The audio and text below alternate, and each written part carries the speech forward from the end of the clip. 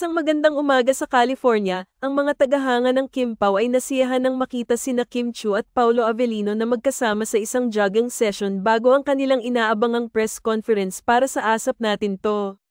Agad na kumalat sa social media ang mga larawan at video ng kanilang pagja-jogging.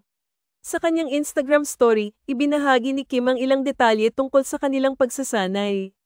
Ipinakita niya ang kanilang mga sapatos na kahit na napuyat at pagod mula sa kanilang biyahe, ay naglaan pa rin siya ng oras para sa kanyang kasamang si Paulo Avellino. Ang kanilang pagja-jogging ay hindi lamang nagpapakita ng kanilang pisikal na anyo kundi pati na rin ang kanilang pagkakaibigan at pagtutulungan. Sa kabila ng kanilang abalang schedule, binigyan nila ng pansin ang kanilang kalusugan at ang pagkakaroon ng oras para sa isa't isa. Ang mga video na ito ay patunay ng kanilang dedikasyon sa kanilang mga proyekto at sa kanilang relasyon bilang magkaibigan.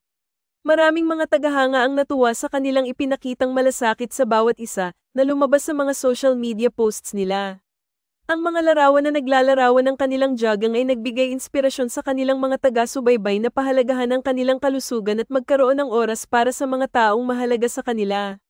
Ang press conference para sa Asap Natin To ay isang malaking kaganapan para sa kanilang dalawa, kaya't ang kanilang pagpili na mag-jogging ng magkasama bago ang naturang okasyon ay isang magandang hakbang upang magpakatatag sa kanilang mga sarili. Ang kanilang pagganap sa press conference ay tiyak na magiging mas maganda dahil sa kanilang pagsasanay at ang kanilang pagkakaibigan ay magiging inspirasyon sa kanilang mga tagahanga. Ang pagiging aktibo at pag-aalaga sa sarili ay isang mahalagang bahagi ng kanilang propesyon bilang mga artista. Ang pag-aalala sa kanilang pisikal na anyo ay naglalaman din ng mensahe ng kahalagahan ng balanse sa buhay. Ipinakita nila na kahit sa gitna ng mga abala, maaari pa ring makahanap ng oras para sa pisikal na aktibidad at mga mahal sa buhay. Ang pagkakaroon ng mga ganitong klaseng moments sa kanilang buhay ay nagbibigay sa kanilang mga tagahanga ng mas malalim na pag-unawa sa kanilang personal na buhay.